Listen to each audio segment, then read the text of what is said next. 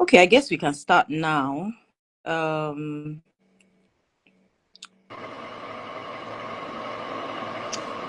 Hi, ah, Evening. Pop is here. Hello, Pop. How are you, ma? I'm Hi, fine, thank you. How Evening. are you? Fine. How are you? I'm trying to get Our, Wando. our diva view. Our Ah, diva view. Drama Queen. Yay! Wando is here.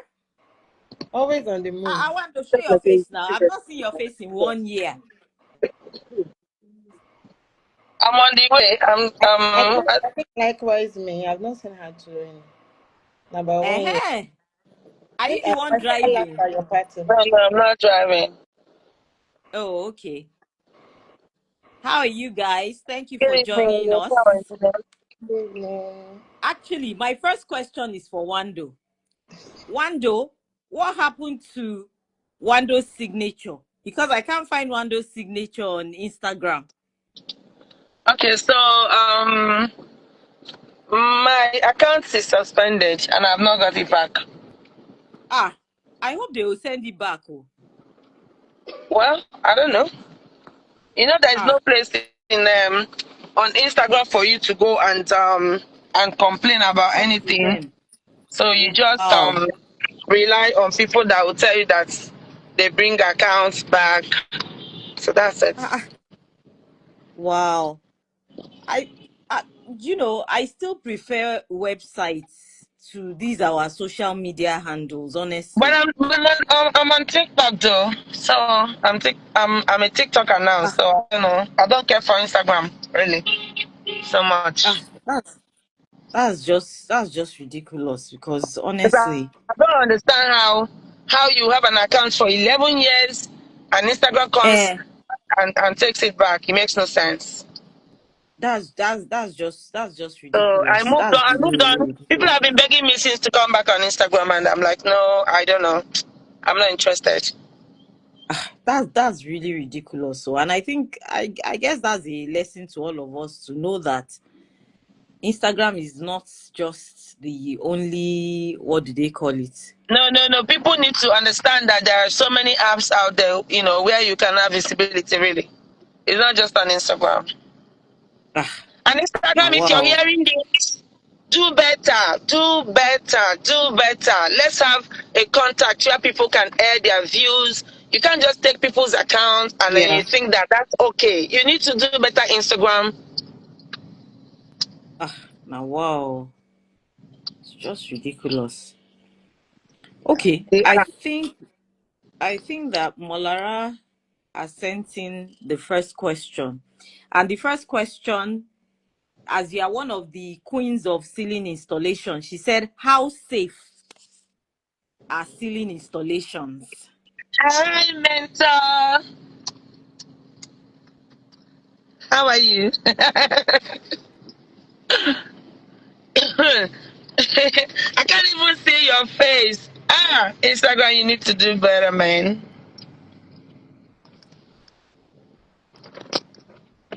This thing that you are doing on Instagram, come to TikTok and do it, and you'll see the difference.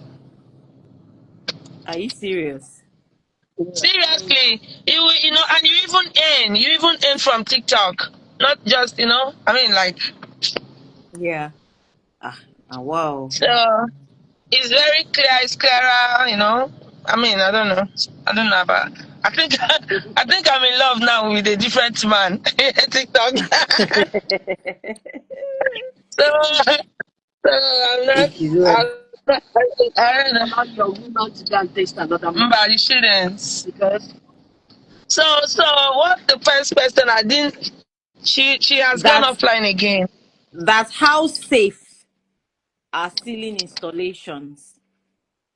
Well, ceiling installations. Like I used to teach people about ceiling installation. It's not just to go and start mounting. I'm on the move actually, and that's why I'll be in the office very soon. So that I can light up. I don't know if you can hear me very well. Yes, we can. Okay. So ceiling installation, you know, is something that is supposed to be safe if you do the right thing. Okay. It will be safe if you do the right thing. But if you don't do it the right way, it can be unsafe and very, very risky, especially to life, to people around. And so for you to, to do ceiling installation, you need to really take all the, sometimes for all the times you need to take all the, how do I say it, all the safety precautions to ensure that your ceiling installation is safe. If you don't do that, it's risky. You might be lucky and you have your event seamlessly without any hazards. But what is not safe because you don't know the day, you don't know the day is going to happen. So it's better to be safe at all times. Okay, because some people were saying that they use binding wire to do ceiling installation. Well, you don't really. You don't. So depending. So let me explain. Okay. Um, there are different ways for you to do your ceiling installation. And if you go to a venue and the venue has I'm on a call, guys.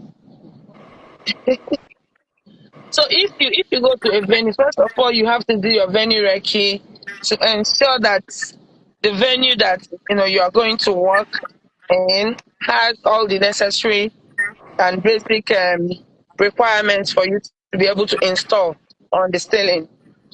If you look at the venue and it doesn't have the necessary things, then you need to do standing truss for you to be safe. So if you go to a venue and the venue have the points for you to hang on, you need to look at the points, how strong are the points. You actually need to go with a technical engineer so that they will climb and check how sturdy the ceiling is. The ceiling needs to be able to have enough weight to carry what you are going to deposit on it. So that's the main and basic rule for hanging. Whatever it is that is holding the building or the structure is heavy enough to carry the amount of things you want to put on it. Example is, if what you are putting on your ceiling is, let's assume, 50 kg, then you should be able to ascertain that your ceiling can handle 50 kg weight. That means that you need to ensure that your ceiling can handle that weight at least 4 times. At least 4 times. So that way, whatever you put, even if you said it's 50 kg and it exceeds that 50 kg by maybe 5 kg or 10 kg, your ceiling is still sturdy enough to hold it. What happens is that sometimes people put, your ceiling is going to be able to hold something like 100 kg and you're putting a 50 kg on it. It's risky because it can give way, especially depending on how wide the structure is. If you're putting a heavy structure and something in the middle, the beams are in the middle most times, and the beams in the middle are not heavy enough to carry what you're putting on the middle of the center, the things you're putting under in the center, and the center is not heavy enough, it can collapse. And if it collapses, you know what that means. And my ceiling had collapsed before. Wow. In fact, I've had a collapse ceiling twice in my work life.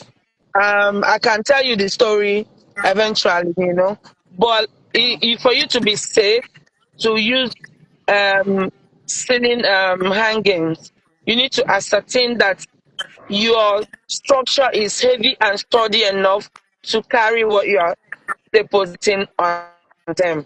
That is a requirement. It's a must. Okay. It is a must. Okay. Then, when you are hanging chandeliers and heavy things and trusses, you need to use chain block.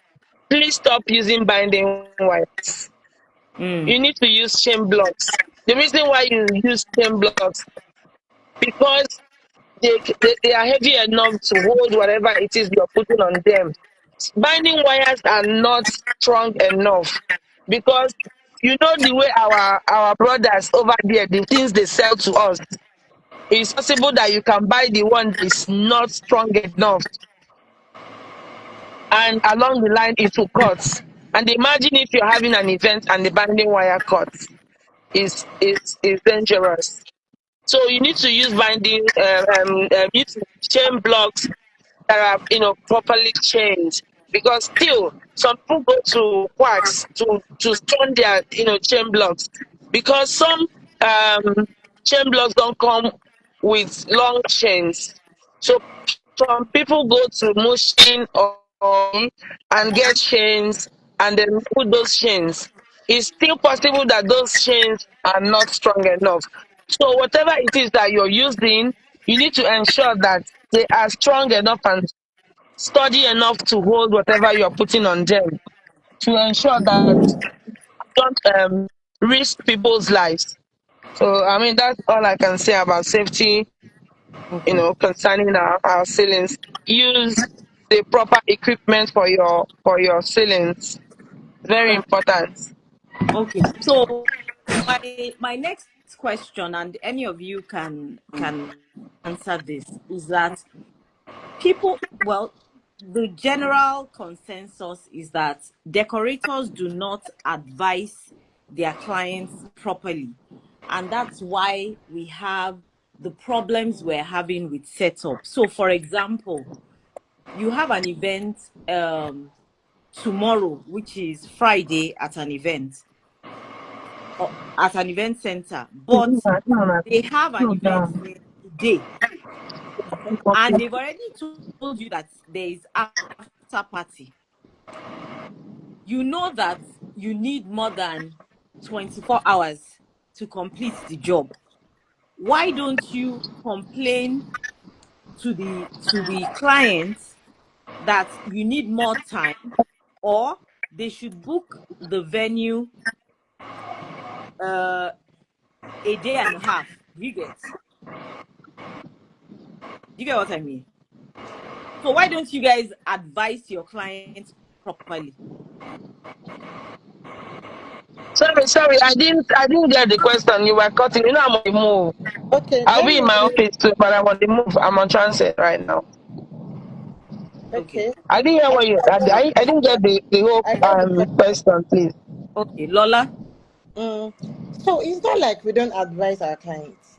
Like I know me for one person, the events I have in December already, I've already told my clients that we can't start our events earlier than 2 p.m. Like the best for earliest is 2 p.m. because most events in December are back to backs. But sometimes we are not even aware that the venue has a back to back, or that maybe they're even going to stay till late. Most times event planners always have ideas. They know that okay, this event is going to stay till late, but they don't pass the information to us. And then at the time we are now When you go and finding do out, wrecking, call. when we can do recce, the venue may not even have been booked for a day before us. But you would have advised. And I've no, what I'm you're talking, are you talking about back to back, or if the if we have a day before? Yes, if it's a decor that we can't finish in 24 hours, we'll tell them that we can't finish this setup in Yeah. 24 hours. Yes, we always tell them. But because most times maybe venues, like I had an event last month. I started my decor lightings on Thursday for an event on Saturday, because I made the planner and the client know that I can't finish this setup in one day, and we started since on Thursday. So, but the Nigerian factor. Some people will say no, their hall is booked. They are using the venue. They can't, and then some venues will tell you that okay, you have to pay extra. Mm-hmm. Mm. You So definitely have to pay extra. you definitely have to pay extra. And then at that point, it's not going to be between who is going to make the payment. It's going to be me or the client. It's the client. Because supposed to be the client that is going to make that payment. And then even with even events these days, we have already had a mood board like 2 months to the event. And then you start Yeah. having cases where maybe like 2 days, 1 week to the event, the mood board starts increasing. Okay, let's add this aspect, let's add this detail, let's add this detail, let's add this detail. That's what usually causes the delays. Because okay, the other thing is that when the event ends, Mm-hmm. why is it that it's the tired staff that are left on ground that won't clear up for the next decorator to do their jobs? Okay.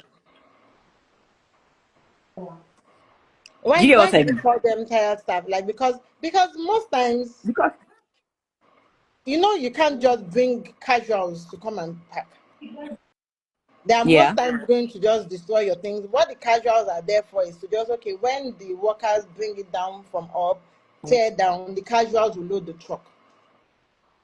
Hmm. So we have our staff that have done the installation, and then, but I don't think our staff are always tired because they go home. They go home during the event to rest. They don't have to be at the venue all through the event. They go home and they come back in the night. Because what we found is that these staff are usually too tired to Yes. even take down, and because of that, the next person wanting to set up is unable to set up. This usually occurs at the ember months. It's a very, very common factor at the ember months that everybody is tired. But I, for one, know, I know I always get casual staff. My casual staffs don't usually even come in. If I'm going to have 10 casual staffs to do a setup for me, like I might just have like 6 during the setup because they don't usually do a lot. Once they've offloaded the truck, they don't do a lot. I will now bring in fresh boys on the night of the event to come, and at least those ones that are coming, they've not worked. But that's the thing with ember months. What I'm telling you, that you think this person is a casual staff, is not working with you, but it's coming from somewhere else. Yeah, exactly. So that's the major Exactly. challenge. Staffing is a very big challenge for us in the event industry as So where do you guys decorators. get your staff? Where do you guys get your staff from? Where we get our staff from, so like I said, we have like the professionals, which are the professionals that come. Most times, those are not usually our full staff. But Okay. every decorator has at least minimum of 10 casual staff that is on their payroll. Okay. So theirs is just to, Because okay, take care of the warehouse, clean up the warehouse, put things in the truck, offload at the venue, and also load back. You wanted to ask something? no, because they always say that it's those decor boys that also steal. Do you get what I mean? Yes. The ones that stay behind are also the ones that steal.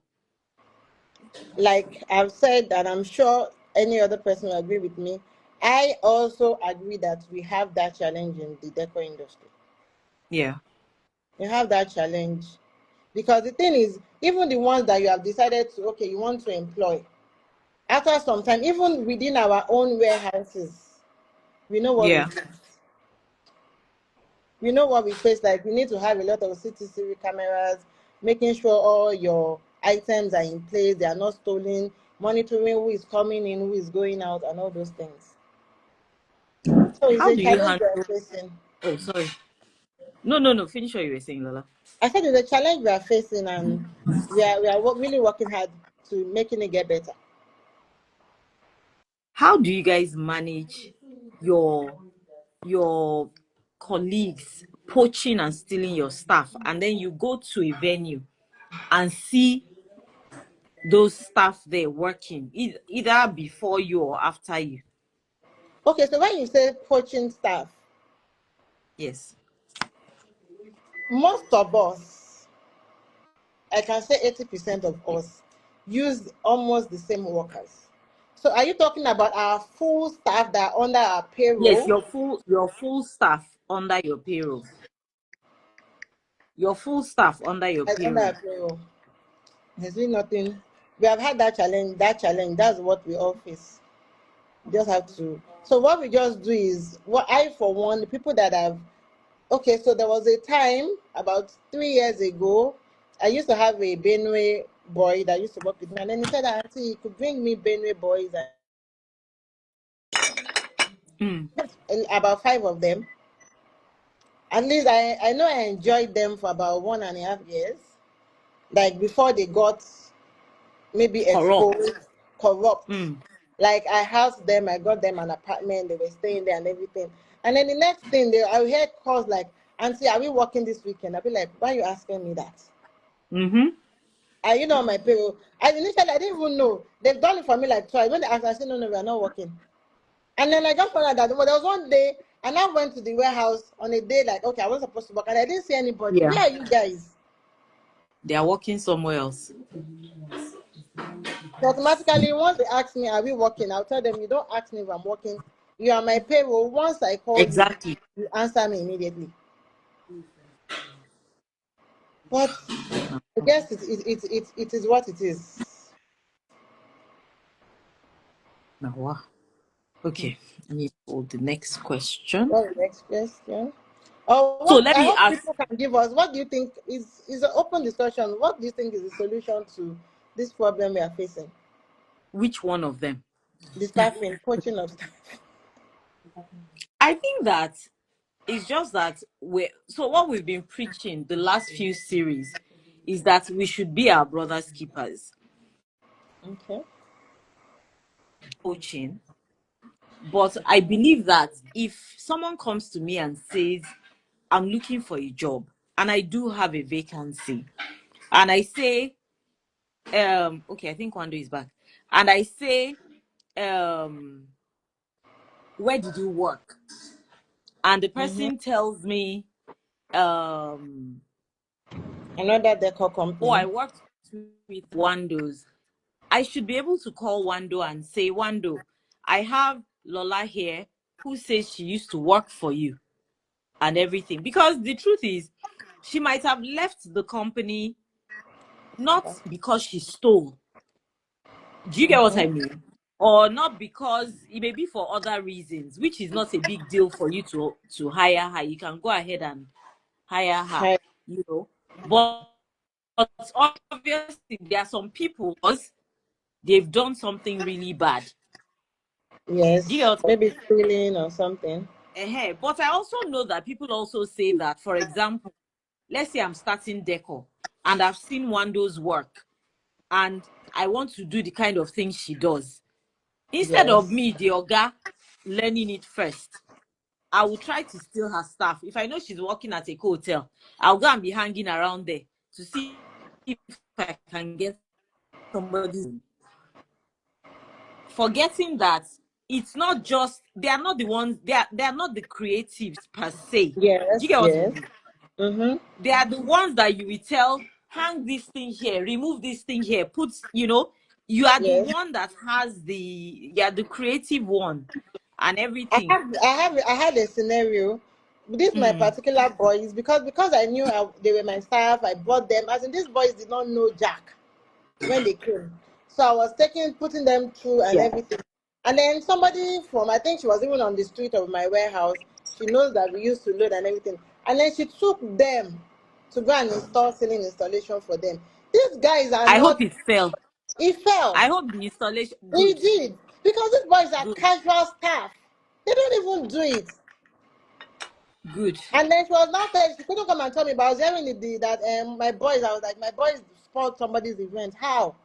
He said they meant to. I said, what did they do for her? Eh, They said, ceiling. The boys that all they do is to help them to hold chain block, pull it up, and everything. How come you call them exactly. to go and do it? But the To way when install. she asked them, they said they could do it, and she took them. So it's a common phenomenon. But I'm sure I think what I would also advise that we do, like somebody said, if we can all come together and all have an agreement that okay, this staff, I think it would be a Like a better code of solution. conduct, like somebody Yes, said. like a code of Uh, conduct, yes, that we can like standard operating system amongst us. It's all that internally, really. what do you say, Wando? I said it will be difficult for you to say that the associations will come in and have like a code of conduct. I don't think that it will hold, because if you as an employer to have um like an understanding with your staff, or also legal um documentation, right, that you have with the staff that you've Yeah. employed to say, okay, you work with me with for 1 year before you can move to another company, except Mm, maybe when they are sacked. And when you sack your staff, and maybe somebody else wants to poach them, you already sack them so they can work wherever they want to work. You understand? mm, But if another, what maybe a body like a poem can do is said, if somebody is working in a company and he was not sacked and he did not resign, normally the way you resign and give your company 1 month or 2 months, depending yeah. on what your your policies are in your office. If the person resigns normally the way they're supposed to resign, and then maybe what you Mm, say is that they can't work in the same industry for like cycle. 3 months or 6 months or 1 year, like I said before, like depending on what you signed or the agreements you have with them. Because the truth is, a lot of times, even we that are employers, we don't pay our staff well enough Mm, to come and be, holding them down like that. Everybody wants a better place. You understand? Everybody wants a better place. You can't be paying somebody 50,000, and when they see somebody that wants to pay them 100,000, they want to leave. mm, You know. So if you're paying your staff 50,000, and if they see somebody that wants to pay them 100,000, naturally they want to go there. So it's for us to be able to, you know, give good incentives to our staff to make them want to stay with us, even when people want to push them. right. I get what you Do you mean. understand? Because Yeah. truthfully, sometimes even when I look at it and, oh, today somebody's working with you, tomorrow they're working with somebody else, and you want to complain, you don't have grounds to complain, because maybe somebody will ask you, okay, so what are your retainership policies and Mm, patterns? What bonuses do you give to your staff? Are they on medical allowance or insurance in your company? Blah, blah, blah, blah, blah. And you find out you're not giving all those things. And then the company comes up and is giving them bonuses, giving them insurance cover, giving them kini kini, and different things. You can't really hold down that stuff, no mm. matter how you want to see it. So they want to move to a greener pasture. That's what everybody does in life. So me, I don't have a Someone problem said if my staff perspective. wants to poach. The only place I would want to hold my staff down is if I'm giving some of my staff or a particular staff some kind of trainings. Maybe I fly you abroad to give you a training. I will make you sign some documentations that Ooh. I will get from the training I've given you. I will tell you that, okay, you need to stay with me like 1 year because I've invested in you. You have to stay with me Mm, 1 year before you go to another company, and you will sign legally so that you don't leave before the time elapses. That's the thing. If you don't do things like that, there's no way you can hold on a staff. You understand me? So that's me. That's how me I see it. So I see it very objectively.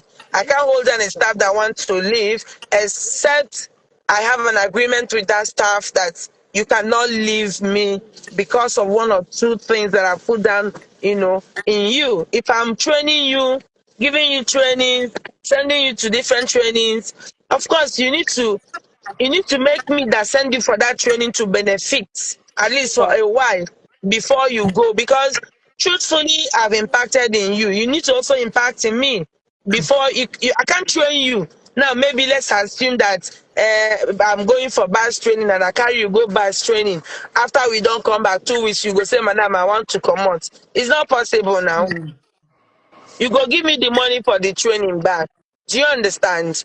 So these are the things. If yeah. you really want your staff to stay, you need to make sure that you take the measures for them to stay with you. You need to ensure that they sign documentations for you. That's the only thing that will make them stay. Aside from that, nothing can make them stay. Even you will not stay. Yeah. Someone said the best way to keep staff is to make them feel like they own the business. Be paying It's them not small, small true. money and bringing It, big cars and traveling abroad. that's not the That only they way. see all Until you these sign things and talk about documentation, it. You must sign documentation if you want your staff to stay. Oh, because once you give them training, they are going. And you'll be asking yourself, why did you do that? And it's not like it's not like it's wickedness. I mean, if a company is training you as a staff, imagine a company brings out as much as 1 million, 2 million, or less, maybe 500, and trains you continuously so that they can benefit from training you. Then after they've trained you, you want to go. You can go. And the only way you can make them stay is that they would have signed the documents agreement before they start the training. Because if you don't have that agreement, even if you want to make them feel like they own the company, they still want to own their own company. And it's not a bad thing. It's a human factor. Every human being wants to own their business. Every human being wants to do better for themselves. And I don't have a problem with that. And I don't think anybody should have a problem. But then if you're impacting on somebody's life and you want to benefit from doing that, you need to have a good agreement to cover you and cover your company, for ensuring that the money you spend comes back to you. That's my take, though.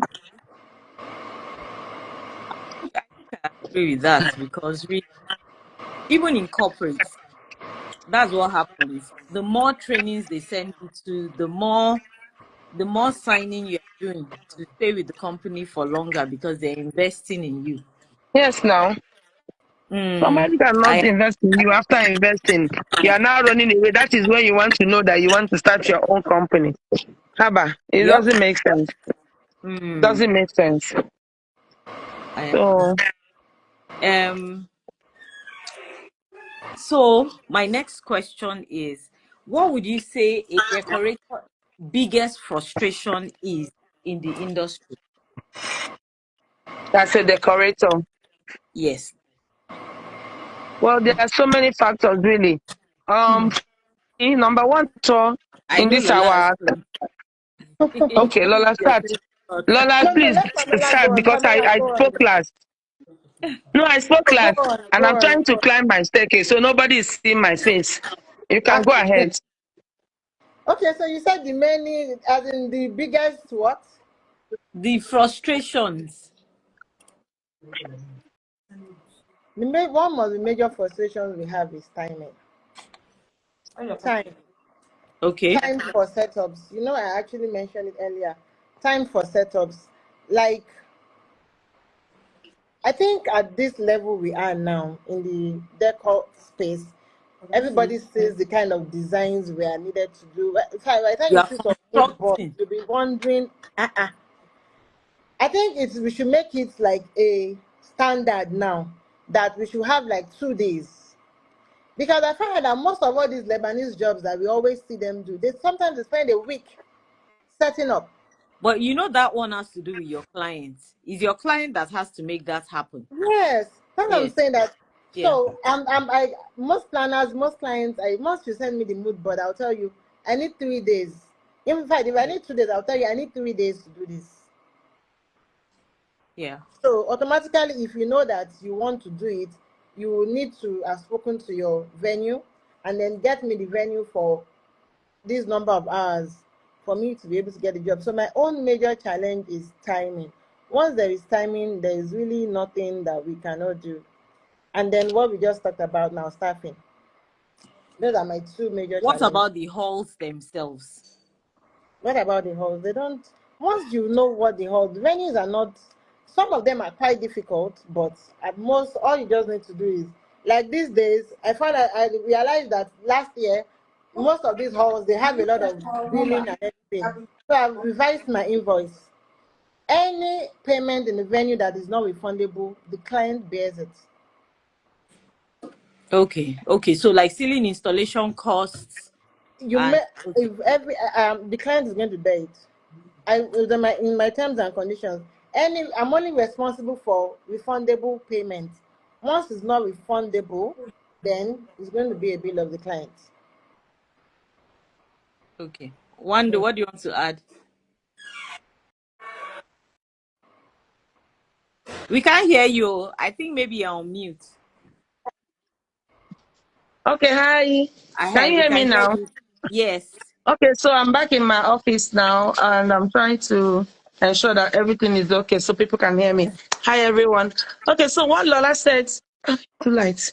What Lola said is not wrong really, because as you know, decorators, it's okay, the light is okay, don't worry. As decorators, we bear a lot of the brunt of The major brand everything of else every that's event. happening. Like we now we be the, how did they say it? Now we be the rock bottom.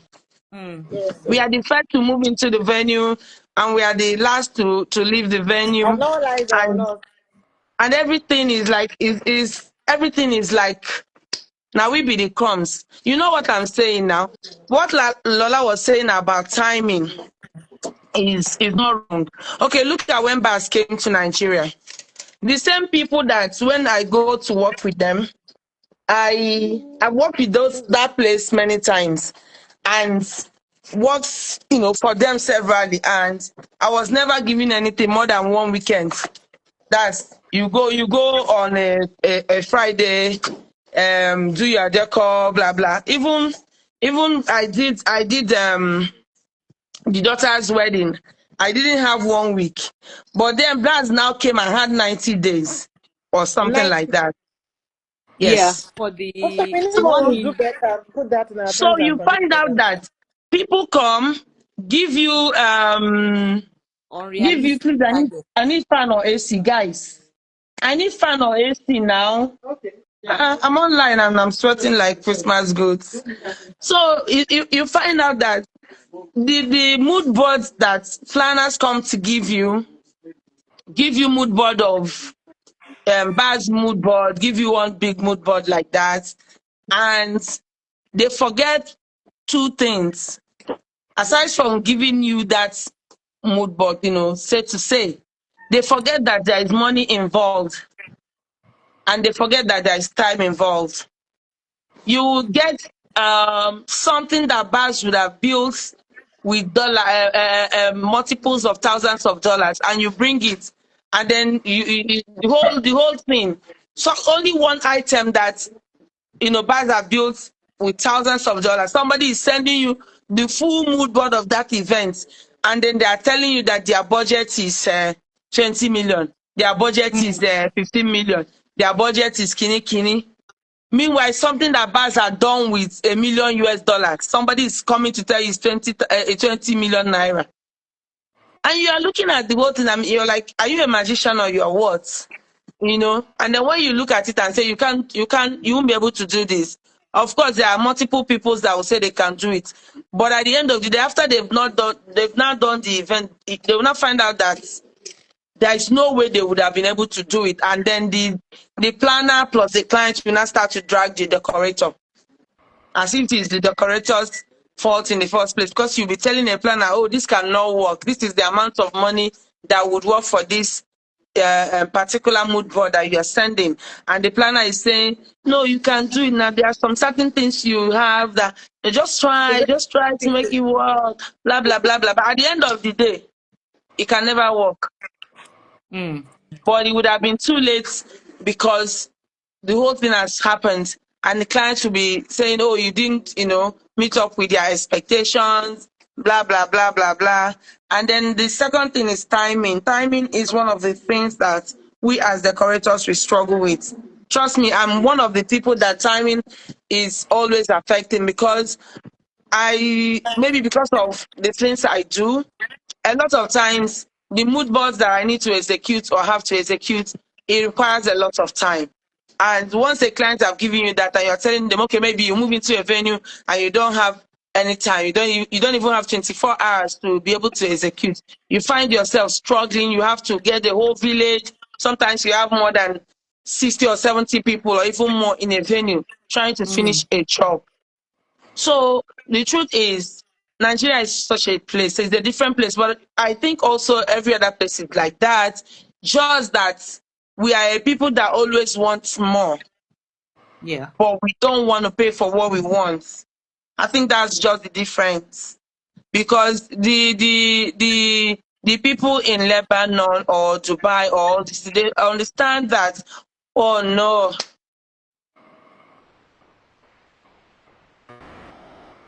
Okay. I think she dropped off. Yeah, Pamela. I think network. Mm. So she all she said is very correct though. Time, and even though my own thing with money with payment is I always tell them from the beginning, if we can't work, I'll tell you we have to take out some things. There's no Yeah, how. Most times I might even do a revised mood board. You send me guys like, okay, this is the price. No, no, no, no, no. They now say things like, no, they can't afford the budget. I was like, okay, we have to, what is your budget? This is our budget. And I said, okay, this is a revised mood board that can fit this budget. Because I think I sometimes I begin to wonder that when clients see these pictures, maybe they don't know the value of the pictures. They just see pictures and then they will start sending the inspirations. This is what I have in mind. This is yeah. what I like. I'm like, I have as in you had already told me an idea of your budget. I was like, okay, send me what your thought line. Let's see. And then you send me. I was like, is this what you want for that money you told me? No, no, no. And I said, I'm just telling you. I said, why are you even thinking in this line? I said, for you to think in this line, it's going to be difficult for me to give you what your money can afford. So you have to even increase it. He said, no, I was like, this thing you're thinking about, increase that budget before we even talk about it. Somebody said we want more, but we don't like to pay. And then somebody said, what happens when the budget is good, but the delivery is subpar?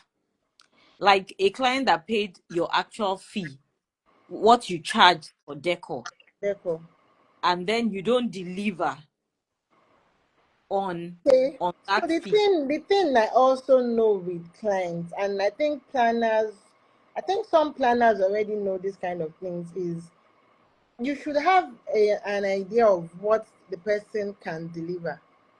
I have a mood board that I got for a December event, and I told the person I can't do this job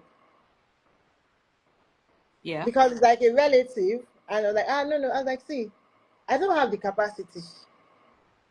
Like it looked like all those Windows job that you can have like a 120 by 80 feet ceiling installation. yeah, Okay, because I know, when it should be started, you mentioned that okay, you're supposed to like know the size of your ceiling, the weight it can carry. I have yes, not even done that kind of weight before. So right. I said I cannot do this kind of thing. Can I introduce you to somebody? I said I have a lot of friends that can do it. I can Yeah, introduce people that can do it. There's no problem with that. Because the problem is, if you now go and take the job, you won't be there. You don't even know the modalities of how it's being done. yeah, That's if I thought you get that, okay, oh, I know that I can use 120 feet by 80 feet. How will you know that the size of like what Wando mentioned? Because Wando is good with that terrain.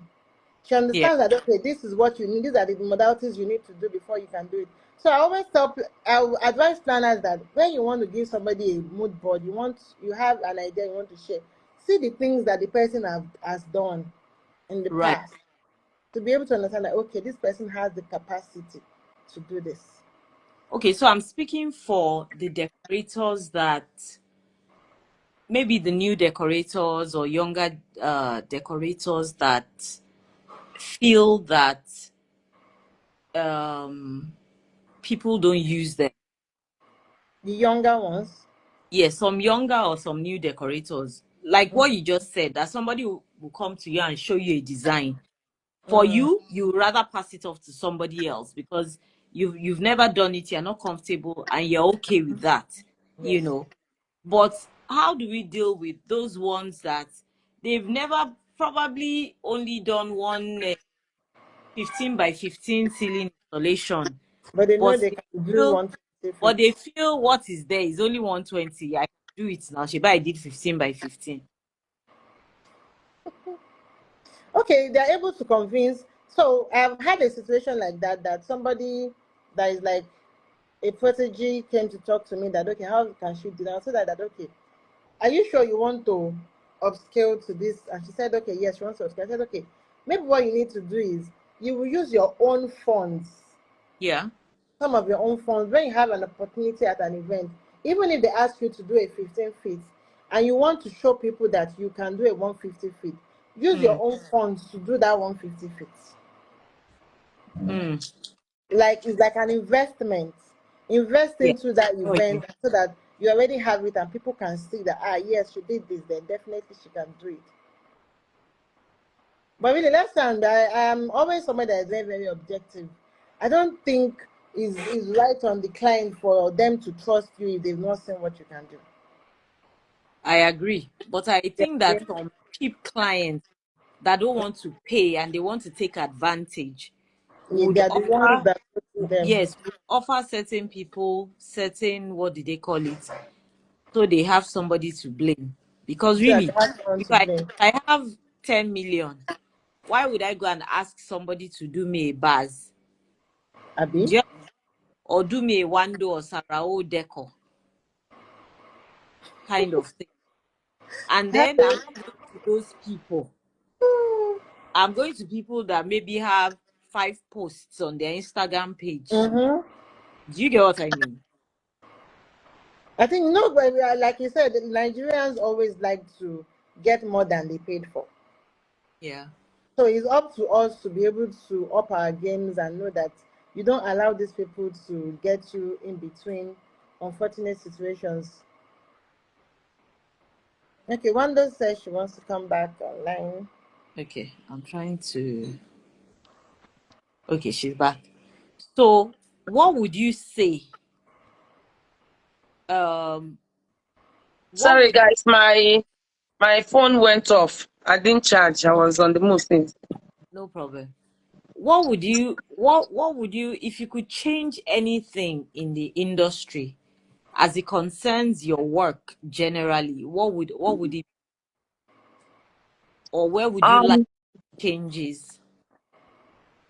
Okay. I would want to change how how the venues treat us as decorators. How do they treat you? Well, You know, did you you, are their greatest enemy. no, because They don't treat us what's his well. name? You are their No, greatest what's enemy. what's it? Why do I keep forgetting? Mr. Ezekiel. Is Ezekiel it? was here, and Ezekiel had a lot to say about decorators and their Yes. boys. Okay, no, I've not been on Instagram, so I wasn't aware Okay, so that. one of the things that he said was that because we asked them, one, why don't they provide toilets, proper toilets, you know, proper toilets for when people come? Why don't they give them fan, even if they can't put on AC? Why don't they give them fans and things like that? And some of the things he shared is that a lot of our staff are casual workers. And when they come into the venues and everything, they for example, pure water all over the floor. By the time they finish taking pure water or they buy food from outside, they litter the whole place versus using a proper bin bag or a dustbin. You know, they go into the toilets and they mess it up instead of using it like we would in our own houses. And that we need to train our staff, even our casual staff, to treat venues like their homes. Okay, so the truth is, even Mm. even if somebody is a casual staff, that you're a casual staff does not mean that you should not be treated like a human being. Some Yes, people, I some agree. people were casual staff before they became Oga, before they became Madam, before they became owners of industries, before they became captains of industries and all that. You understand? That somebody is an omoshe today does not mean they cannot grow. And I that feel brings me to what I wanted to say. And that's why I say they treat decorators bad, because more than 50% of our workers are contract workers. And based on that fact, a lot of people look at our work as, laborer work. And I don't have a problem. I actually call myself a laborer. That's the truth. Because I go to venues, I sleep in my car. mm, Sometimes I carry fabric, put on the floor and sleep. Sometimes you don't even sleep at all. See yourself carry load, do this, do that. When the pressure is high, in fact, you are now yourself be decorator boy or mm, decorator girl. So our job is like that. So I acknowledge that it's hard enough what we do, as laborers. Then to come to a venue and you are being treated like as if you're trash, mm. toilets are locked, basic human thing, like This is the most basic thing anybody should do for another person. If you visit me and you want to use, sometimes you're traveling and you're pressed and you stop and people open their houses for you to take care of yourself. It's a basic human thing. It's humanity that you need to open toilets for people to go and take care of themselves, to urinate or to do the other one. But you go to venue, nothing you can do. You're under pressure of work, then you're under pressure of the other one. It's true. Do you No, but understand? can I Yeah. come in? I've heard cases. Me, I don't like vendors. When they say vendors restroom, I don't use it. I'll tell the manager I cannot use that toilet. You are going to have to open that toilet for me. Do Lola, they so open? that's what I want to say. So They that's what I open. want I to don't use say. their manager's Lola, toilet. that is why I didn't use me. I Uh-huh. didn't use us as owners. Yeah. That is why Yeah. I Rondo. use contract See, staff. I'm not a venue owner. I'm not a venue owner. But I was at an event center. I think I got there before them. I went into the restroom. They didn't even close the restroom. It was opened. I used it. Can you believe that later in the evening when I went to that restroom, I was embarrassed for myself. And it was still like a day to the event. Nobody, we were the only vendor in that venue. As in, I had to start, I told them, you guys have to get water. And I was like, are you guys pigs? That's what Ezekiel was saying. I So, was like, so if I where? own a They were like, venue, no, exactly. I said, don't tell me that. I saw it myself this morning. so if I I saw it own a myself. It was venue, clean. if I own a venue, if I own a venue today, I think one of the things, like you say, one of the things I would change or I would want to change even for the owners of venues today is the way you factor in refundable deposits to our money. Have a refundable deposit for toilets. Okay. Have a staff that is on ground that our refundable or non-refundable deposit will take care of. So the two staff or the one staff you're going to keep whilst we are setting up will be the ones that will wash the toilet, clean the toilet, do whatever. I would appreciate. I don't mind paying 20,000, 30,000 Right. Yeah. that I'm setting up and somebody is standby. My staff is doing whatever. They are cleaning up. They are taking care of your place. Just the way you take care of it when event is going on. Imagine if people are having events and there is nobody to be cleaning up after them. That toilet, you cannot look at it. It's a human thing. Most people are dirty. Number one, most people don't even know how to clean their environment. So when they go out and do one or two, they don't even know how to clean it. But you as a venue owner should not bear that cost. Charge decorators, set up toilet fee Right. so that when I'm paying, I know that I'm paying a 30,000 naira or thereabouts for cleaners that will clean after us. So that when I go to venue, I know that, okay, coming sometimes when I want to work in some venues, my heart is skipping because I'm thinking of how am I going to even take care of myself in the night when I'm setting up because the toilets are lots. For example, Ezekiel, whatever Ezekiel must have said, I didn't hear it, but his toilet is always open because he's always having those girls that clean up. Every Right. single time I walk there, there's always somebody to clean up. People don't complain. There are venues that when you walk in their venue, they don't have a problem with toilet. I can count them for you. Balmoral is one of them. You don't have a problem with toilet. Stadium always has their Civic toilet Center is open. one of them. You don't have Yeah. a problem with Civic Center. Yeah. Continental Hotel is Memorial. one of them. Eco Hotel is one of So them. Which other venue? There are these venues, especially because No, maybe don't they even have talk hotels. about hotels. Hotels have good hospitality now. Do you understand? And everything is okay. But people don't come. We are not animals that will come to your venue. I have a venue that I went to one time. Even me, I wanted to use the toilet. They said the toilet is locked. The manager of the place, we called and called and called. They said they are coming, they are coming. They never came. I had to carry myself from that venue to another place, a hotel that is nearby, to go and take care of myself. That is unfair. It's very unfair because if you consider us humans and we are bringing businesses to you, even though we are not the clients that paid for that venue, but we're working for the client. So we should be considered part of the clientele that made sure that your venue is being used. So we don't come to work in your venue and you're looking at us as if we are beggars. Sometimes when you treat decorators as if decorators are beggars, so as if maybe we come to that place to come and beg for something. I'm telling you, you'll be begging somebody, please now open the toilet for me. And the security man, maybe the security man that has the key, they'll be telling you, madam, no, we cannot open this place for you. They say don't open this place, that you will mess it up. The way they'll be even talking, even you'll be ashamed to even talk.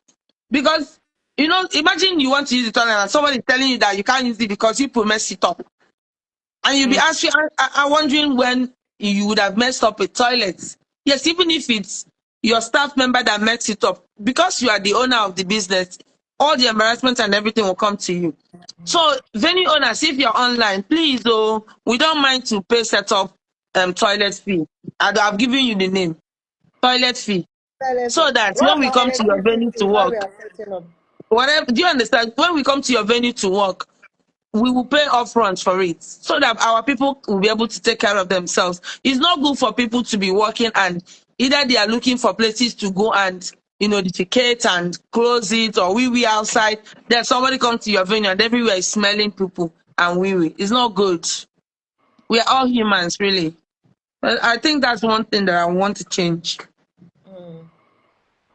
Okay, that makes a lot of sense. Somebody asked, who does the floor plan? Is it the decorator or is it the planner? Okay. So this question comes. She said floor plan. So this question comes up all the time, and I have to, just be upfront about it. I think he's a planner. But sometimes you find out that somebody is saying, I don't have a planner. So if you don't have a planner, who does the floor plan? That's the decorator. So if you ask me, I would say it will be dependent on the factors. It will be dependent on the situation on ground. If the client doesn't have a planner, you as the decorator can step in and do the floor plan. There's nothing in doing the floor plan. Then if the planner is saying they don't want to do the floor plan, there are questions to ask. Because as a planner, you are the one that knows everything that you're doing. Let's assume I have an event and I'm the decorator and Lola is the planner, and then the client is telling me as the decorator to do the floor plan. But I don't have the number of vendors you are using. So how am I going to do that floor plan? I don't know if you're doing you're having 2 cocktail people that will be inside. You are supposed to factor that in when you are doing your floor plan. So how would the decorator be doing the floor plan if she does not even have an inkling, of whatever you are doing? Because floor plan is like floor management of the event. People coming to dance at a time is floor management. So what size of dance floor am I setting up for your dancers, assuming you have dancers?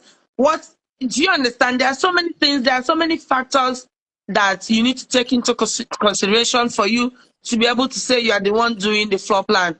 If there's a planner in an event, the planner should do the floor plan. If there is not a planner, then you have to consider the decorator, and then you need to tell the decorator everything you are doing for them to be able to get the view and vision to be able to give you the right floor plan. Otherwise, I don't know.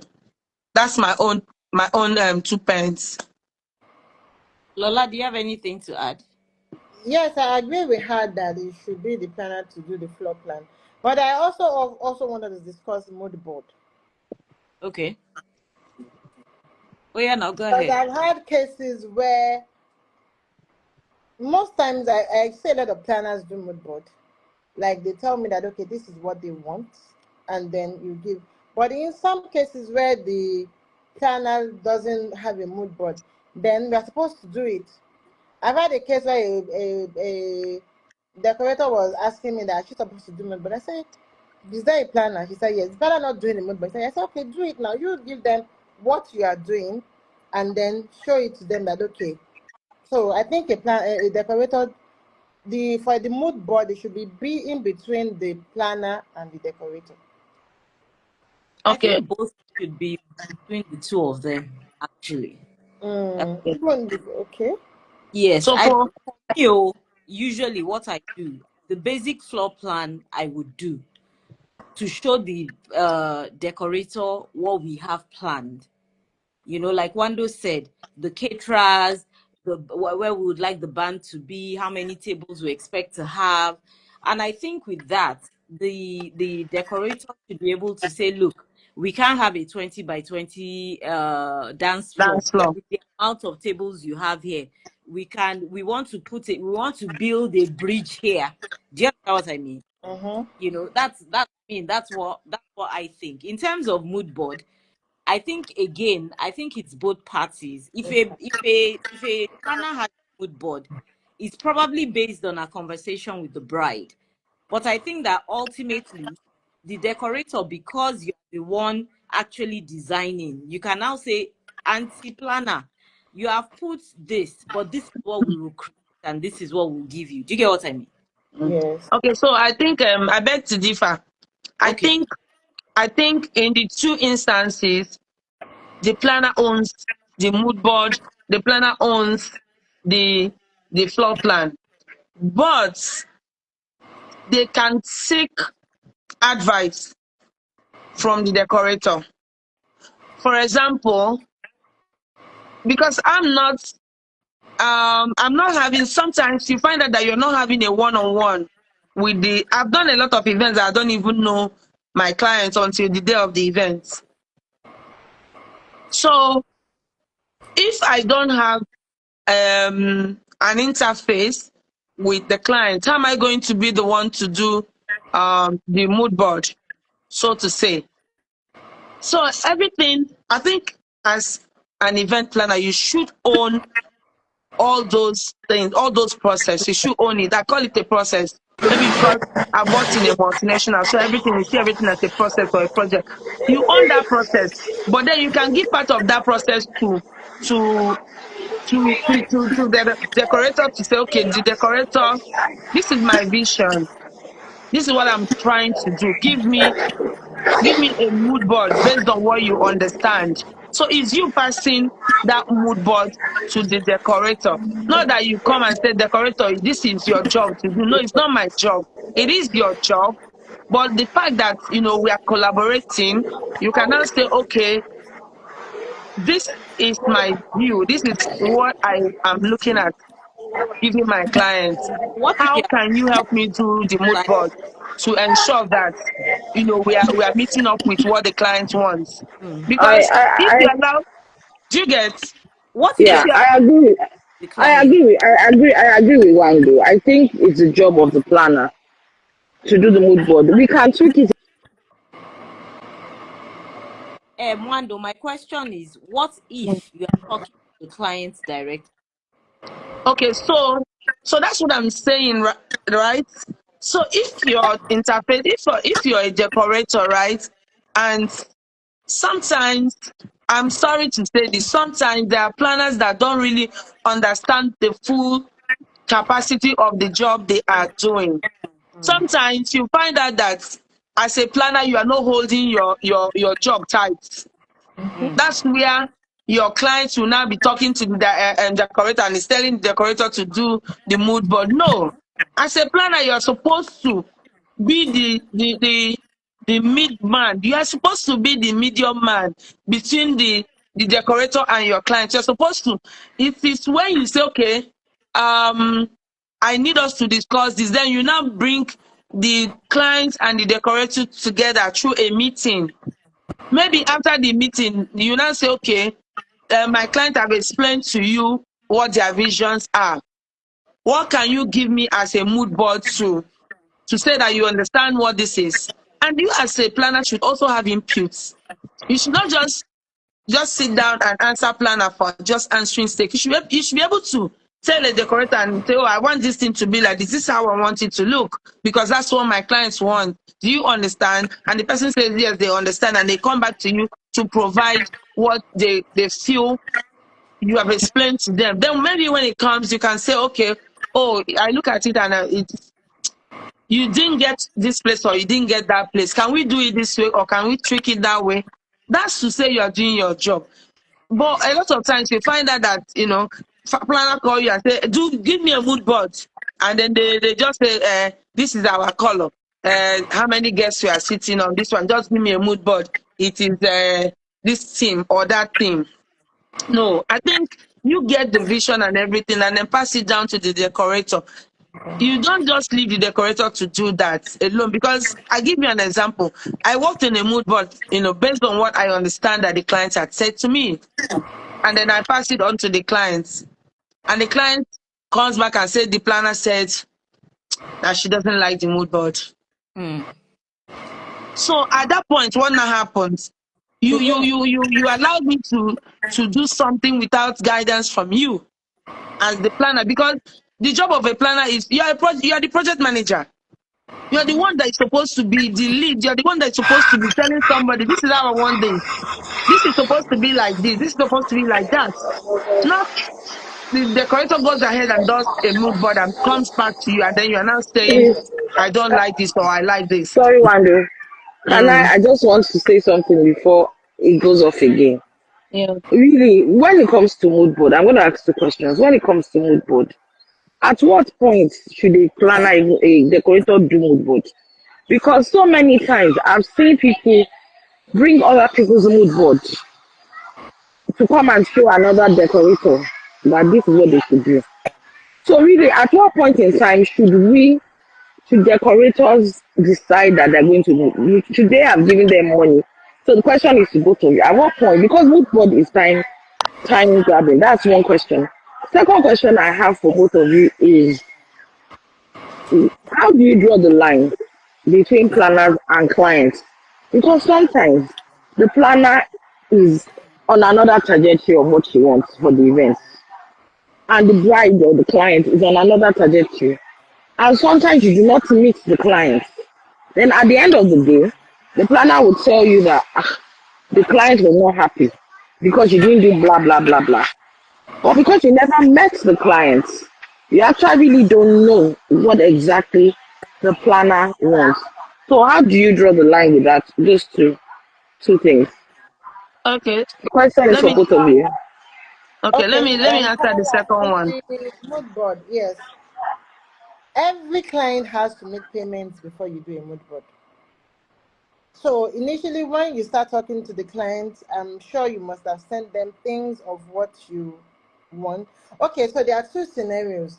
If the planner is the one doing the mood board, then the planner should send you a mood board, because the planner would have also have gotten a part payment from the client before starting on the job. So the planner would have sent you a mood board. You'd have seen what the planner has in a mood board, and then you can charge based on that. So in that case, it's not the decorator doing the mood board. But in the case where you, the decorator, they want you to do the mood board, then you should have shown them all the past jobs you have done. They've seen your page, they've seen what you can do. You have discussed price. They've agreed, like you understand what they have in mind for the job, and then they've made a deposit before you make a mood board. Okay, a mood board based on the fact that, okay, this is what I understand that we agreed on doing. So they should have made a deposit before. Okay, yes. That makes sense. After you now do the mood board, they are not still satisfied. Yes, you have to make changes that still work with your budget, with the budget of the event you are working on. Okay. Wando, what do you have to say? Well, sincerely, I won't lie to you. I don't charge for mood board. Because mood board is like putting up, although like you said, it takes time to do, but it's like putting up previously done jobs, images. You can get inspiration from Pinterest. You can get inspiration from other people's pages. Even the planner or the client to send you other people's collage, or collation of pictures. and works they've done before. So I kind of feel like it's not original. And I even have like a disclaimer on my mood board to say these are, collation of different images and different jobs, not necessarily my job, but put them together for inspiration.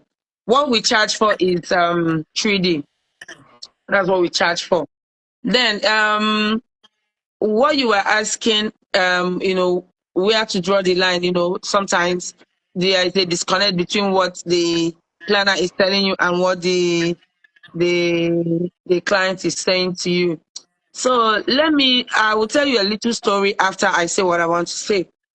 So I feel like some planners give the client their visions, right? And it's not a bad thing, right? A client comes to you and said, oh, they want to do a wedding and they don't know anything. And then a planner comes up and says, okay, let's work with this vision. I mean, that's the job of a planner, right? But then at times, a client comes up to say, oh, I like what you did for your last event, and that's like what I want. Sometimes clients come to decorators before they go to planners. That happens a lot of times. So maybe you are speaking with a client and a client had told you before that, oh, they like a certain decor that you have done before and they want exactly that, just with a little tweak. Then after they've paid you, you've charged them and they paid you, and they never told you upfront that they had a planner. And then after they paid you, maybe like 2 weeks after they pay you, or 1 month or 1 week, they will now come back to say, oh, my planner said that they don't like that team, that they've done that team before, so they want a different one. So now, what now will happen is, when there's a change like this, you now start seeing a discord. Okay, maybe let's assume that they paid you 10 kobo to do the decor, and now what the planner wants is costing 1 naira or 50 naira. And you are telling the client, no, what your planner is bringing on board now cannot cover the discussion that we had. Then everybody start having issue. So I think that if as a planner you come on board and find out that there's a decorator, before you start changing the things that the decorator and the clients had already spoken about, you need to speak to the decorator, because you're all in the same industry, and understand all the factors that would impact the changes that you're going to make. Because that's why sometimes it looks like decorators and planners are at loggerheads, most of the times, because sometimes planners come on board and they meet a decorator and they make changes that impact us without even having a discussion upfront. You understand? I've had an event like that where that's the story I want to tell you now, where I'd already had finalized everything with a client, and they never said they had a planner. Like 1 month to the event, they now brought a planner on board, and the planner changed everything. That has happened to me before. And when I'm saying that the money you paid me cannot do the new vision you have, and the planner is saying, then let's make a change. Let's get another decorator who can work with the budget and the discussion. And I'm like, I've been speaking with this person for 3 months, and you're coming on the 4th month, which is just barely 1 month to the event, and I'm not gonna make any refunds. I'm not gonna do anything, and we all start fighting. So we also need to consider other people. Let's not just look at our own self as planners and say, oh, because I'm a planner, I have the power to do 1 or 2 things. It doesn't make sense. If you are a planner and there's a decorator on board, speak to that decorator before you make some very impactful changes to that event. It's very important, not just only on decor, but because I'm a decorator, I'm speaking from the decorator's point of view. In that event I'm talking about, it also impacted some other vendors too. But I'm only going to speak about myself because I'm a decorator, and this is the decorator forum that we are on now. Yeah. But you know that, Pamela, sometimes they would have had their plan now. Have you not had that situation? They will tell you they don't have a planner. And then you'd have gone ahead to started the discussion and doing everything, and then all of a sudden the planner will just come out from somewhere. It's always just a very, so me, what I do is I always clear, well, who is your planner? Who is your planner? Before They I will tell you even, the most of the time, they say they don't have a plan I now. need to talk to your planner. And now they say, but once you have asked, so they don't have a planner, it's better for you because you have asked, and then at that point they don't get to say, okay, you didn't ask, but I've asked you, who is your planner? I need to talk to your planner, and then we can be on the same page.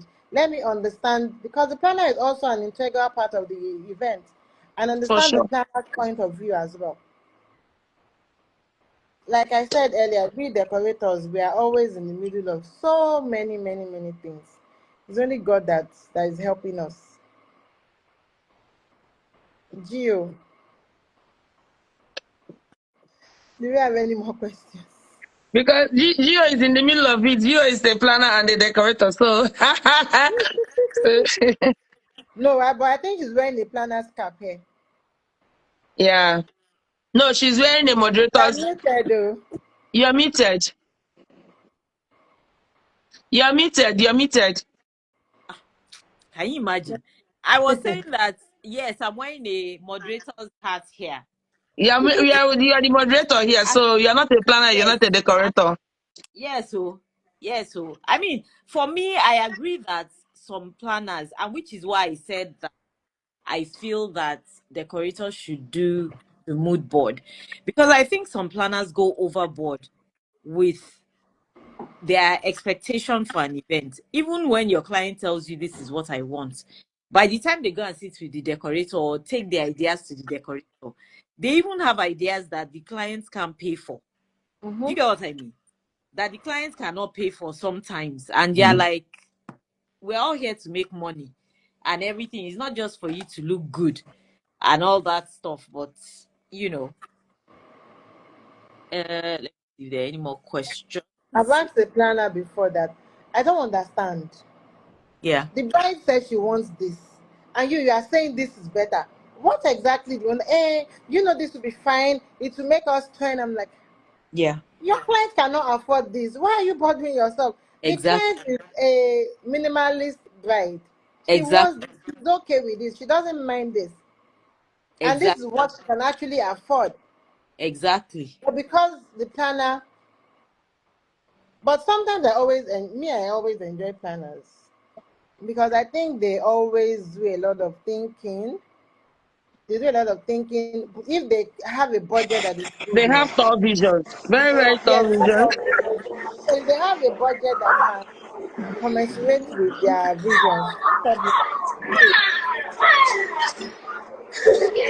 Um, I don't know if you guys answered my question at the beginning, Gemi, which Which one? was as decorators and one day you are the one that you are one of the guilty ones in this film. Where do we draw the line in excessiveness? Now we're screeding, we're painting, sometimes we're planting, No, you one know. is a construction worker. Okay, so She's an so I did architect. it. Yes, so I'm on a project as I speak to you now. I did a project and the event is still going on. The event is going to end on the 31st. You don't want to know what we built.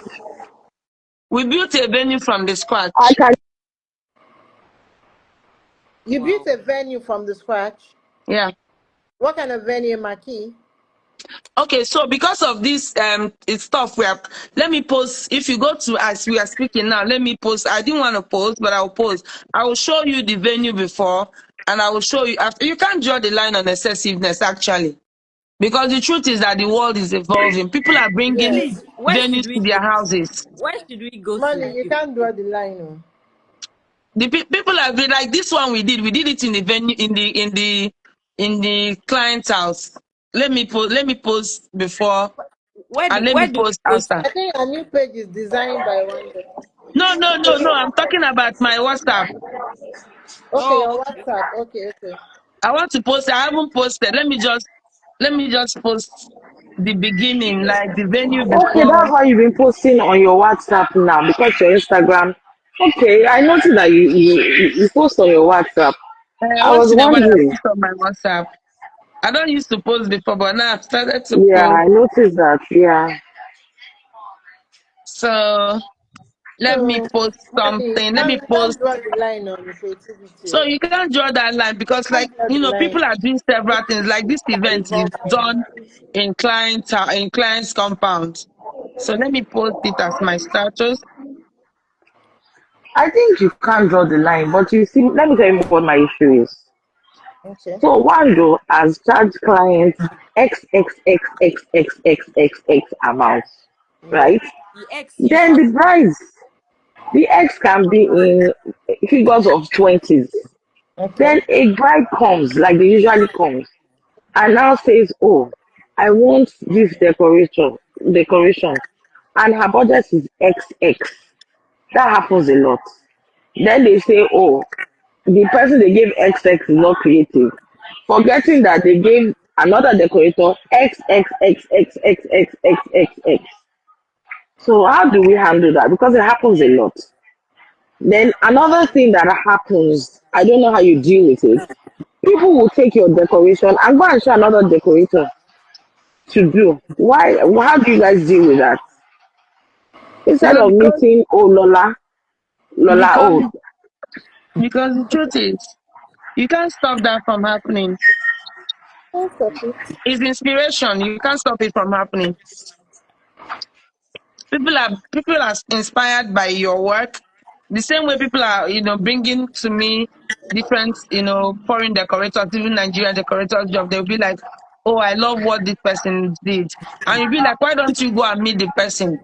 They'll say, "Oh, we don't know them." But go and meet them. They're the one that did the job. You understand? It's easier for you to see somebody's job and like it. Now, why don't you go to the person? Sometimes they will say, "Oh, it was Baz' job. They can't afford Baz." Or maybe it's one person's job. They can't afford that person.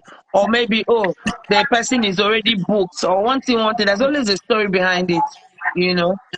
But for me, the only thing I don't like is when you want to copy people's job, make it look different because you can never do better than the original. That's how I see mm, it. The original is the original. It's possible that you will do something and it's final, but that original has a feel. Why is the original? So if you want to copy somebody's job, give it a tweak so that when somebody sees it, they will be like, "Oh, it looks like it's related to, it's similar to, but not that you copied verbatim, Although some word to aspect are word. the same. My name is Maria." You will copy it. My name is Maria. When your name is Adekunle, you understand? So when you want to copy people's job, make it different so that you own it. Is your own. Don't just go and copy people's job. Copy the color. Copy the whole thing. Copy everything. Sham and give. Doesn't make sense.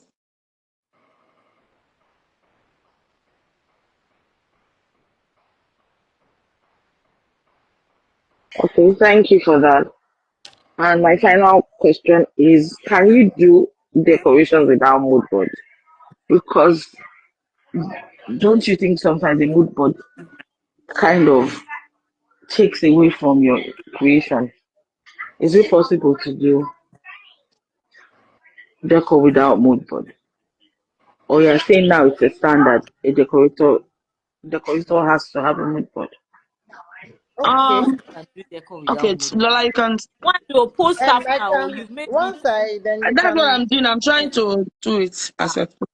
you can definitely do deco without a mood board. But in a situation where you want to be on the same page with your client, it's better to have a mood board that is guiding you so that okay they have an idea of okay this is what I'm expecting, not that a situation where the client is expecting something else and then you are thinking about something else, except maybe the client has given the option that okay I trust your creativity, I trust your judgment, just do whatever you like. But so that we can both be on the same page is why it's always important to just have a mood board. And then on my own mood board, I always tell them that okay, oh, sometimes the mood board may not come out exactly as it is. There may be some little tweaks. Especially like you said, once the mood board is from a decorator, especially in Nigeria, I don't always want it to be exactly. Once the inspiration is from a decorator in Nigeria, I don't always want it to be verbatim. So I just put a lot of tweaks. Maybe if their flower is done this way, I can do my own the other way. If their backdrop has maybe 4 columns, I can decide to make mine 2 big columns or something. But your mood board Okay. is always important. Lola is, she's right. Before now, maybe years back, we can easily do the call with just, different set of pictures put together, which is also like a mood board. But I have a disclaimer on my mood board to say that my mood board is, or there are collection of pictures for inspiration, and when we are putting them for your job, we may not give you exact for exact. That the only thing we do that's exact for exact is the 3D. So, for example, if I'm doing your mood board and we are working with blue, and what best describes what the picture that best describes what I'm going to do for you is in red color, I would generally say that we are going to do this, but in your color palette, so that you will know that it is in your color palette. And then over time, based on experiences and things that have happened to me, I learned from, because my mother used to say is that things happen to you and you learn from it. Things don't happen to you for you not to learn. They happen to you so that you learn and do better. So based on past experiences that I've had, I had to do a lot of things. Like when I'm doing a mood board, I try to explain one or two things with you on chats. I don't like explaining the things we are doing for you on phone call. I like to put it on chat so that tomorrow I can confidently say you told me that this should be red and not blue. Because sometimes when you don't have a written evidence, somebody can come to say, I told you that my mood boards, that the fabric I want you to use is yellow and you are using gold. So you should be able to protect yourself as a decorator. And I'm saying this for decorators that are listening.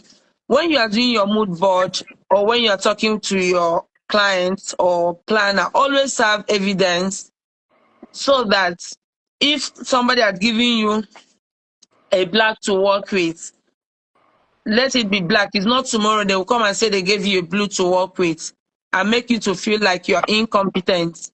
So you should have evidences to say that whatever is given to you, just like Lola said, if you are working on a mood board, ensure that you have everything that the mood board says that this is what you're going to do. For places where you are not going to be able to replicate what is in that mood board, always have a place where you say, okay, on this mood board though, this thing is iron, but for my own, I'm going to do it with wood, so that you avoid issues. Because a lot of times when you have done your job as a decorator and maybe clients have paid you 80% of the job and they don't want to pay the remaining 20%, they come up with something. All They sorts come of up with things. a fabrication or a tale to say, what, you know what, I asked you to do this drape double I'm telling you. Yes, and you do just decker, but you did only one. Because of that, we cannot pay you balance. So, I'm and then your telling money you. is hanging outside. So that has taught me a lot of lessons. So when a lot of times when you even call me as a planner or a client and you want us to discuss the work, I would let you know that I'm in a meeting. Please let's chat, or send me an email. It's very important to protect yourself, because a lot of times, Documents. as decorators, we are the receiving end. Because people they entrust you with a lot of money, and you don't blame people for giving you money. Somebody can give you money and maybe they've spoken to you about what they want, but it was verbally, then over time, maybe they would have spoken to one or two other people and they thought it was you, they told something, but not you. But when you have produced the job, they are thinking that, but I told this person I want this, And it and you have wasn't you. produced something else, but And it it wasn't wasn't you. you. Because some of them, they shop around. So before they concluded with you, they've spoken to like multitude of other decorators. So it would be nice for you to also protect yourself by having all these things documented, so that tomorrow, if somebody's coming to you to say, oh, I told you I wanted this in red, you say, no, man, let me go This through was this yeah. our documented This charts, is and what you she come said. out and you find out that it was not read. And once you give them evidence, there's nothing. But when you don't have evidence, somebody can use because there is no evidence and collect your money. Ah. So it's That true. has happened to me so many times. That has Yeah. happened to me so many That times. happens to So every do you think so my next question is Mm. should the decorator collect 100% the money 100% to avoid such things? Is it possible? Okay, so let me I will gist you this. So okay, so because of experiences, like I can tell you, some of my money are outside, just because of, like what I said now. So because of that, I made my agreement, my contract to say 100%. But what I realized is that some of the times clients will agree to pay you 100%, but some other times they will say no, they can never. I have a client who said, you want me to give you this money, I don't even know what you are going to bring to me, and you want 100%. Mm. So I look at it and I'm like, okay, reverse it. Mm. I'm the client. You Mm. understand? So one day, so I was on with the client and I was insisting that they should pay me 100%. So the client said, no way would they pay me 100%. They would rather not give me the job. So I was still insisting. So the next day, I recharged on, um, I recharged data. So after I recharged, I don't see anything. That was how I called this Swift people, and I'm like, I recharged, and they said they're having issue. That very day, they scattered my day. I was so angry. I know how many calls I called on top of 30-something thousand. Do you understand what I'm saying? On Mm. top of 30-something thousand. So that jolted me, and I'm like, somebody is going to give me millions, Mm. and I'm quarreling for 30-something thousand naira. No, you understand? So I now put myself in that person's shoe. This person is giving me millions and they have not even done anything. What if I run away with the money? What if? So I now chatted the woman. I said, okay, they can do that 80% that they wanted to do. So sometimes Bring it. you Go ahead. want to insist, but if you're insisting and the person at the other end is also insisting, you have to find a common ground. Yeah. You just have to find a common ground, because the truth is, if the job is a good job and you have all the deliverables properly documented and cleared, you can actually, bank on that. But the truth is that some clients are very, very, very, very different. Let me not say troublesome. So if you have a client who you can feel that they are troublesome and you are not collecting your 100%, please don't collect the job. Because our gods cannot lie to us. Your gut feeling when you are trying to pick a job and then you are feeling that, Kai, this job is going to give me trouble, by all means reject it. Don't feel bad that you are rejecting a trouble job, because Again. once you have that inner feeling that this job will give you trouble, trust me, that job will give you trouble. Every single time I'm taking a job and I feel inside me, Kai, this job is so nice, so the money is good, but Kai, why am I feeling this way? Once I feel that way and I wake up and I speak to that person again and I still feel that way, I dodge that person. Because Very true. trust me, every single time I pick up that job, it will end up that I'm not going to be happy at the end of the day, because there are some clients, as a decorator, your happiness and joy is when you have done a job and the client calls you or sends Yeah. you a I message and say say, you thank know you. what, Yeah. Thank you you. exceeded my expectation. I'm so happy with this job. If you're a decorator and you finished the job and the client did not say, even though you did the job and they are okay, they didn't say anything, they didn't say whether they love it or whether they don't love Yeah. it, you don't know how they are feeling. I kind of feel Yeah. that's not enough as a decorator. You Yeah. should be able Yeah. to do Yeah. something that the clients will look at you and say, thumbs up, Thank or I'm you. Yeah. happy, thank you. You know, when you finish a job, I'm talking about me. When I finish a job and the client doesn't come back to say, Kai, I'm happy, I always feel bad and terrible. So I regard that kind of job as a bad job. For me, I don't know about other people. I want a situation whereby I do a job and my clients or whoever I did that job with, comes back to me and said, I'm happy with the job you did, or I like it. Not necessarily love it, but I like it. Thank you. That's enough as somebody that is providing service. When you are provided a service and the person is not coming back to you to give you feedback, to say thank you, to say, okay, you did a good job, but you could have done it this way. I feel better that way than when they keep silent. You understand?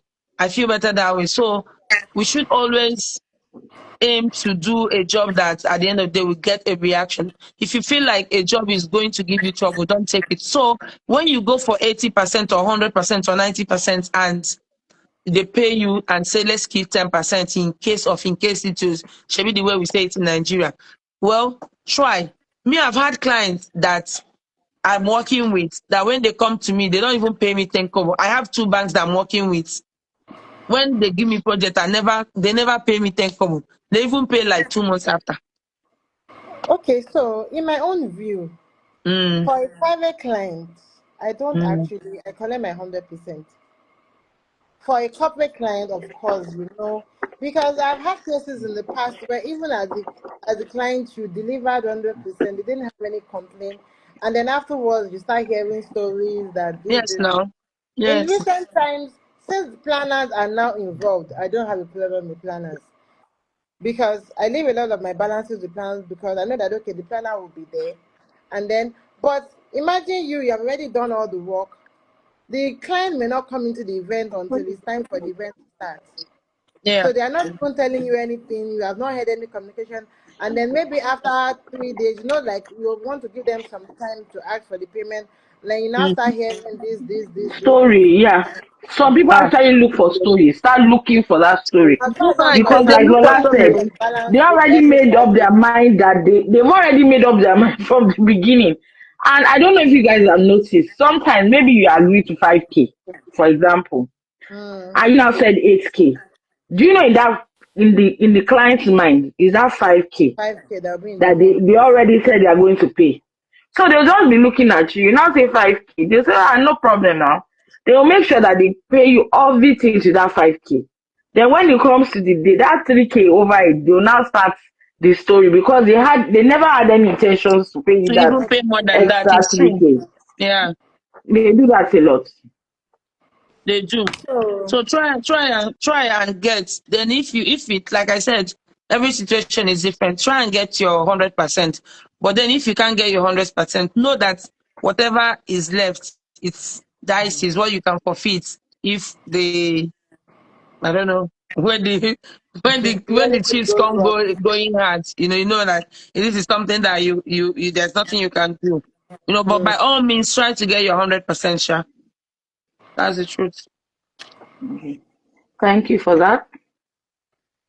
Give me any more questions. No question. I just checked. We don't have any more questions.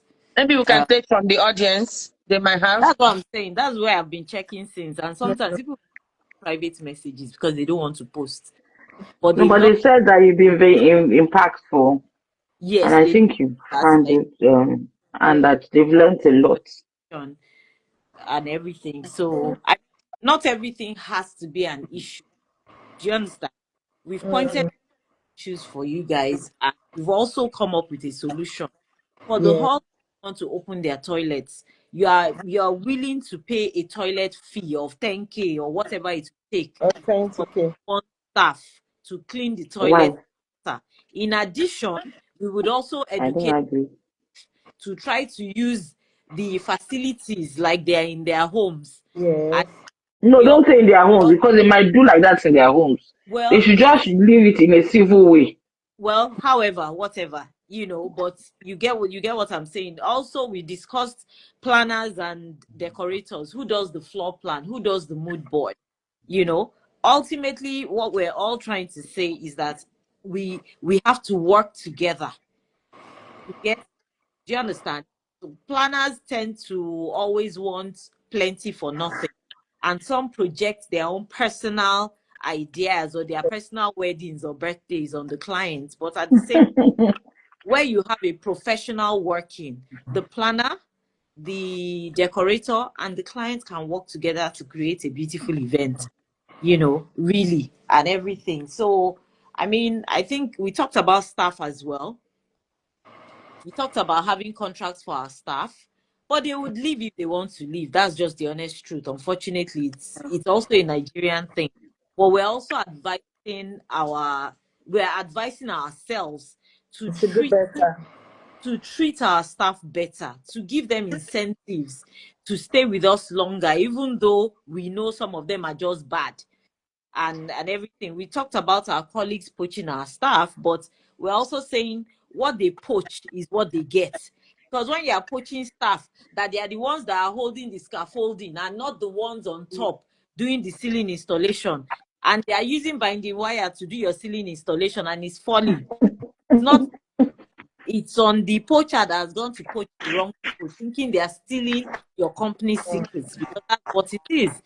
Wando did this. I want to know how she did it. Instead of reaching out and asking if there is a class, I go to a venue and I take a staff's number. So yeah, it's definitely been impactful, and I think that everybody should be able to pick one or two things, and all that stuff. So I don't know, Molara. Yeah, I think again, it's know your craft. I've learned, a lot again, about the mood board, about, even the what's it called, the hanging things. Because obviously, when Wando was talking, you could tell that she know what she's saying, 10 times more of the weight of what you're actually hanging. you know.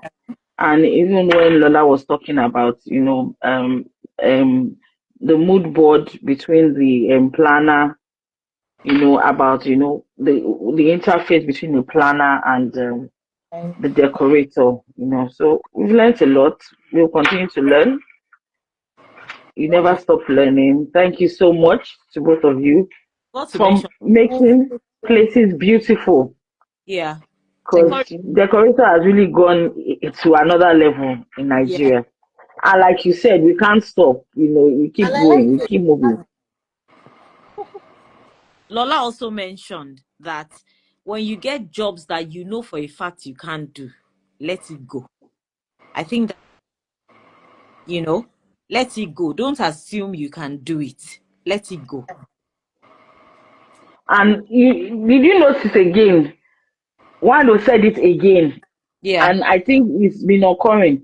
Not all jobs are yours. If you have that gut feeling, and it is so true, there are two jobs I will never forget.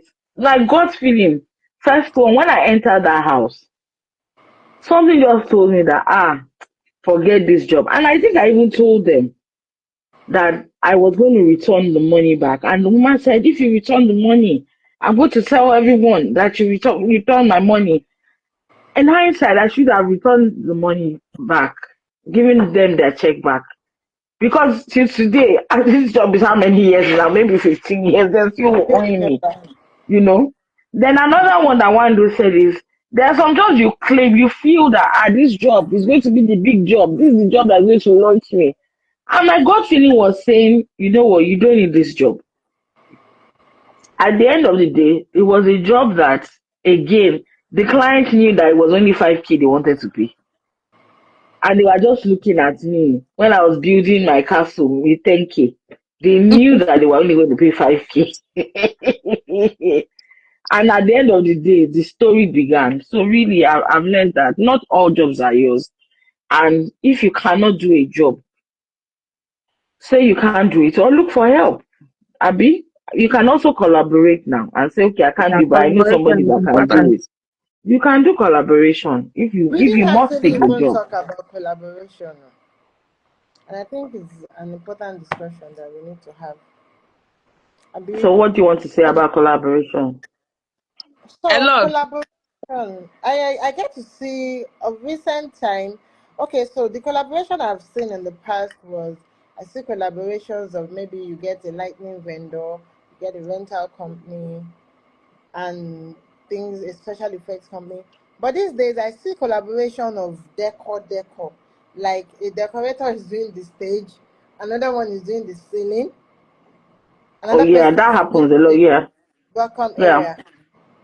yeah. Wow, that's really nice. I've never experienced, I've never been in that kind of space Oh, before. because it makes it easier. So before you have someone doing the stage, you'll be stressing yourself. Why stress myself about seeing No, like the person when is I not damn you. Like they know call what I'm maybe saying now? Why am I stressing they call myself Wando to about do it. seeing? Yeah, so when I know Wando can do it, why stress myself about flowers when I know that Lola can handle it? Do you understand? It just makes it easier. I think it's knowing your craft and No, owning your you're space. not getting me. If I Okay. get a job and then I call Wando, Yeah. okay, Wando, come and take part of this. Yes, I Yeah. understand that has been happening. But like a planner calling three decorators on one job. That's rubbish. No, Gbemi, so for some, I don't know. Maybe it works for them. At the end of the day, You is it not it's for you to make money?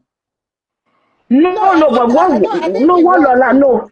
What Lola was explaining, somebody is doing the stage, another person is doing flowers, then another person is doing outside. yes. I don't know, something like that. Three different decor I mean, companies. I can understand the stage. I can understand that. But somebody is doing flowers, somebody is doing outside. I don't know. I don't know. Somebody is doing ceiling, somebody is doing outside, another person is doing drapes. Eh, I think they do that is maybe when they want to cut costs. He's not eh, making them cut you on costs. spot. Yeah. Sometimes it's cutting costs. When it comes to ceiling installation, I realize when I see clients ask for somebody else to do installation for the ceiling, Or maybe most times fan is service. because they feel that maybe the general cost the planner, sorry, decorator has given them is more expensive. So you hear, oh, I can get somebody to do the ceiling Yeah. on their own.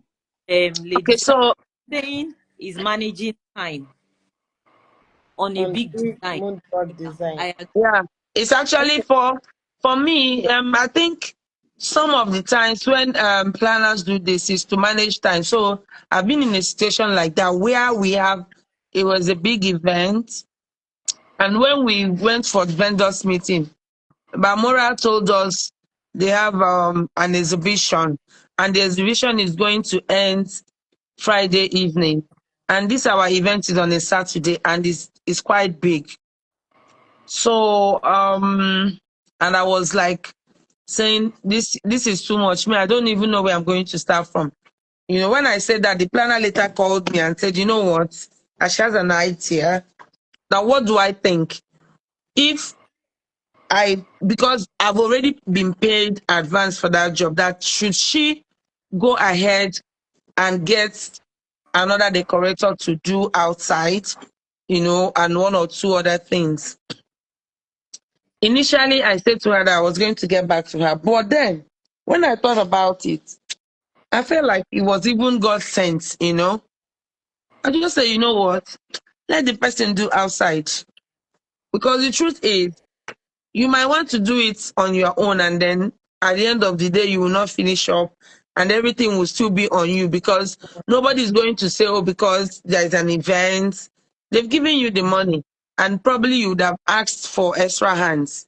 Sometimes, even when they give you money for extra hands, it still doesn't bridge that gap. You Really. still find yourself struggling. So when the planner said that to me, And I thought about it. I just called her back and said, you know what, go ahead, though. Get somebody for outside. So I kind of feel like if there's that kind of collaboration coming from a planner, they would have discussed it with you as a decorator prior so that you can give your consent, yeah, right? But initially, somebody calls me and said, okay, I want you to do the decor and somebody else to do the after party and all this. I might not have a problem with it, depending on if the deal is okay for me. I can take it. If it's not, I will not take it. So it's for you to know what you are able or capable of doing. If you're capable of doing an after party while another decorator is doing the main event, if you think it's okay for you, pick it up. If you think it's not okay for you, then say no. Because the truth is that it's not by force. It's that you look at it. Is it good enough for you to take? Don't go and take the one that you'll not be happy. Because for me, my job is, I'm passionate about what I do. For me, it's not about money. I also want to do a job. I'm happy about it. So if somebody is calling you and saying, "Oh, I'm going to give another decorator the whole wedding, and I'm giving you the after party," will you be happy to pick that after party decor? I mean, everything is depending on what's going on at that time. It's possible that I might take it from some people. It's possible I might not take it from some people. Do you understand? It's possible that, okay, a planner reaches out to me and said, "Oh, you are to do an after party. Somebody else is doing the main wedding." I can look at it and feel like that person maybe is trying to make me feel bad about the job. Or maybe somebody had called you before. I've been in a situation whereby a bride had called me that they wanted an event. They want wedding decor and after party. And I say, okay. And I gave a quote, I gave everything. And like 2 weeks later, she said, oh, she got a planner. And the planner now said, okay, do only the after party. That she already have a vendor that she works with that she wants to do the wedding. So as at that, I don't want to do the after party. I rejected the job. I said, you know what? I'm sorry, I can't do the after party. So in that situation, you are free to cancel the job. But if nobody has spoken to you before and somebody's calling you to say, I have an after party job call for you, if you look at it and it's okay for you, pick it up. So everything is actually dependent on the situation. And collaboration is not also bad. It's not always bad. You need to find people that have like minds with you, people that when you do a collaboration with them, you don't end up becoming enemies. Because it's not all the collaboration that you want to do that will work. Some you might not like it. Some you'll be okay with it. So some collaborations are bad experience, really. So you actually need to look at the whole situation and confirm that that collaboration would also benefit you, because we are all in the business to benefit. You understand? So it's not like you do an event with somebody as collaboration and then you end up losing. I know 1 or 2 collaborations that I've done with people that at the end of the day left a sore taste in my mouth, and I don't want to do collaboration with those people again. But that's not to say that a lot of collaborations are not working. Some are working, but some are not. So for you to identify the ones that will work for you and pick them, and then abandon the ones that are not gonna work for you. I think I welcome the idea of collaboration, Sha. It's a welcome idea. And like somebody has said, as far as we are like minds, because there's no how you still get to interface with each other during the setup. I need to drop off now. I need to get another Yes, meeting. we even need to. Thank you, ladies. Thank you so much for your time. We appreciate you. And like we said, the conversation will continue, and everything. Thank you so, so, so, so much. Molara, are you there? Or we should end without you? Having us. Did she say something? Okay. All right. Good night. Thank Good you. night. Good night. Thank you. Thank you, everybody. Thank you. Thank you, Lola.